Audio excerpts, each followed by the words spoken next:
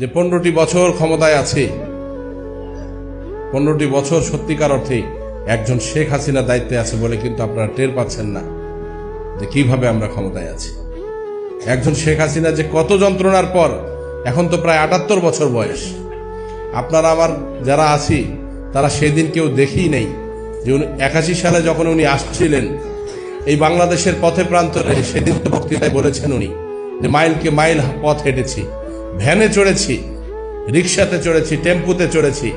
পাথরঘাটার একটা অনুষ্ঠানে গিয়ে সেখানে ওই স্টিমার যোগে যাওয়ার পর উনি টেম্পুতে চড়ে আসছেন, তার মেয়েকে উনি এমপি বানিয়েছেন, ওখানকার সভাপতির মেয়ে।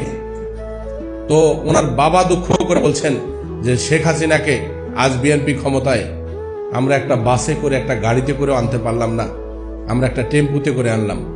যে মানুষ আপনাদের জন্য পায়ে হাঁটতে পারে, আপনাদের জন্য সমস্ত পরিবারকে হারিয়ে এই সারা বাংলাদেশের দায়িত্ব তুলে নিতে পারে, আজকেই আপনার আপন ভাই, আপনার বাপ মারা যাক, আপনি তো শোক কাটাইতে আপনার 30 বছর চলে যাবে, আপনি শোকে ভুলতে পারবেন না। এমন মানব থেকে মহামানবে পরিণত হয়েছে একজন শেখ হাসিনা, সকল কিছু ভুলে এখনো তো হাসতে হাসতে ওনার চোখের পানি কখন আসে যখন দেখেন যে অসুস্থ মানুষ, দরিদ্র মানুষ, নিপীড়িত মানুষ, বন্যা কবলিত মানুষ, তাদের উপর অত্যাচার হয়েছে, আগুন দিয়ে সন্ত্রাস করেছে, তারা এখন মানে কি ভূতের মতো চেহারা নিয়ে বসবাস করছে। তখন কিন্তু একজন শেখ হাসিনার চোখ দিয়ে আপনারা পানি দেখতে পান। আর আসে কখন?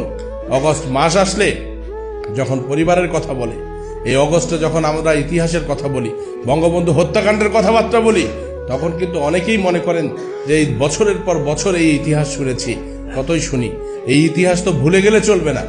বাঙালি আমরা অল্পতেই ভুলে যাই, অল্প কিছুতে ভুলে যাই। বিদ্যুৎ দিছি, ভুলে গেছেন, রাস্তা পাইছেন, ভুলে গেছেন, ব্রিজ পাইছেন, ভুলে গেছেন। এত কিছু বাংলাদেশে হচ্ছে, তারপরেও দেখেন কোনো কিছু বাংলাদেশে যদি হয়, কোন একটা ঘটনা, তো সবার আগে দোষটা কাকে দেওয়া হয়? কি আওয়ামী লীগ, কি বিএনপি, কি জামাত?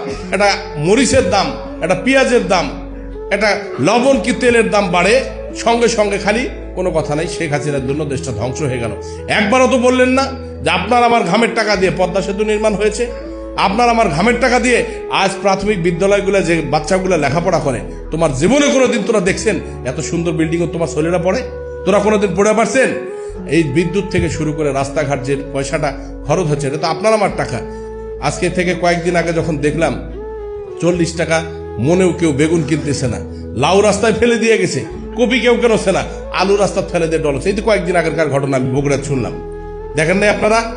তখন কেউ কথা বললেন না। আজকে থেকে 1 বছর আগের ঘটনা, এই সবজির বাজার 70 টাকা না 80 টাকার পটল কিনবেন একছি, এই গালাগালির শেষ নেই। এই যে বিষয়গুলো, এতগুলো অসঙ্গতি নিয়ে একজন শেখ হাসিনা পুরো পরিবারকে, আপনি ঈদ করেন, ঈদের সময় বউ বাচ্চা আত্মীয় স্বজন বেটি নাতি পুতি সবাইকে নিয়ে ঈদ করেন না? কিন্তু কখনো কি আওয়ামী লীগের একজন কর্মী হিসাবে আপনি কখনো খেয়াল করে দেখেছেন যে একজন শেখ হাসিনার পুরো পরিবারের মধ্যে বেঁচে আছে কিন্তু হাতে গোনা কয়েকজন?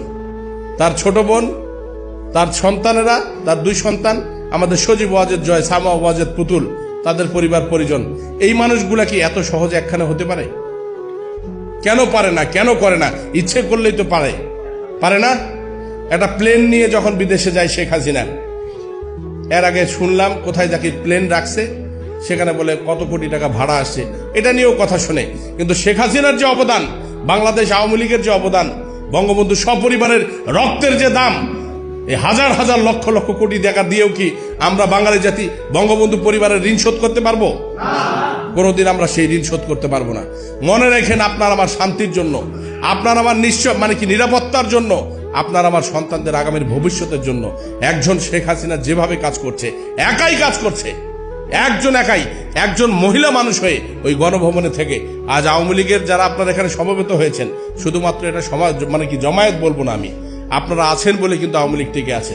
আমার অসংখ্য কর্মী আমার সামনে এসে কথা বলে না, আমার দিনমজুর ভ্যান চালক, যাদের উপরে সব সময় আমি আস্থা রাখি, এবং সব সময় এই মানুষগুলোর জন্যই কিন্তু আওয়ামী লীগ কিন্তু টিকে আছে। আমরা যারা দায়িত্বে আছি, দায়িত্ব পালন করার কারণে আমাদের তো আর দোষের শেষ নাই। আমরা কারো কথা রাখছি, কারো কথা রাখতে পারিনি, আমাদের কিন্তু ওই কারণে এত বেশি দোষ হয়ে গেছে। 15টি বছর ক্ষমতায় আপনারা বুঝতে পারতেছেন না, যেদিন শেখ হাসিনা বাংলাদেশে থাকবে না, সেদিন আওয়ামী লীগের একটা ওয়ার্ড থেকে শুরু করে ঘরে ঘরে আপনারা বুঝতে পারবেন এর যন্ত্রণা কতটুকু, এর বেদনা কতটুকু। আমরা কোনো অবস্থাতেই একজন শেখ হাসিনাকে হারাতে চাই না। বাংলাদেশ আওয়ামী লীগের যত নির্দেশনা আছে, আমি এই উপজেলা আওয়ামী লীগের সভাপতি হিসেবে আমি আপনাদেরকে বলছি, দলীয় যত সিদ্ধান্ত আমরা মানে কি শিরোধার্য। আমরা কোনো এমপি সাহেব, কোনো ভাই বা অমুকের আমরা কর্মী হতে চাই না।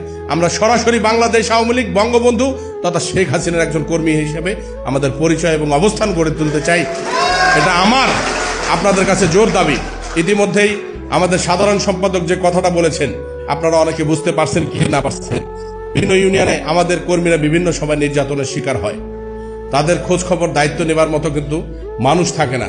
আমার মনে হয় উপজেলা আওয়ামী লীগের বিশেষ করে সেন্ট্রালে নবাবগঞ্জে যারা বসবাস করেন এবং আমার সঙ্গে যারা বেশি সম্পর্ক আছে, তাদের দিয়ে চারজন মানুষকে নিয়ে একটা কমিটি গঠন করে এই সমস্ত নির্যাতন, অসুবিধা, যারা নেতাকর্মীরা অসুবিধায় পড়বে তাদেরকে থানায় সহযোগিতা থেকে শুরু করে চিকিৎসা সেবা এবং অন্যান্য যে বিষয়গুলো আছে সেটা করবার জন্য উনি একটা কমিটির কথা বলেছেন।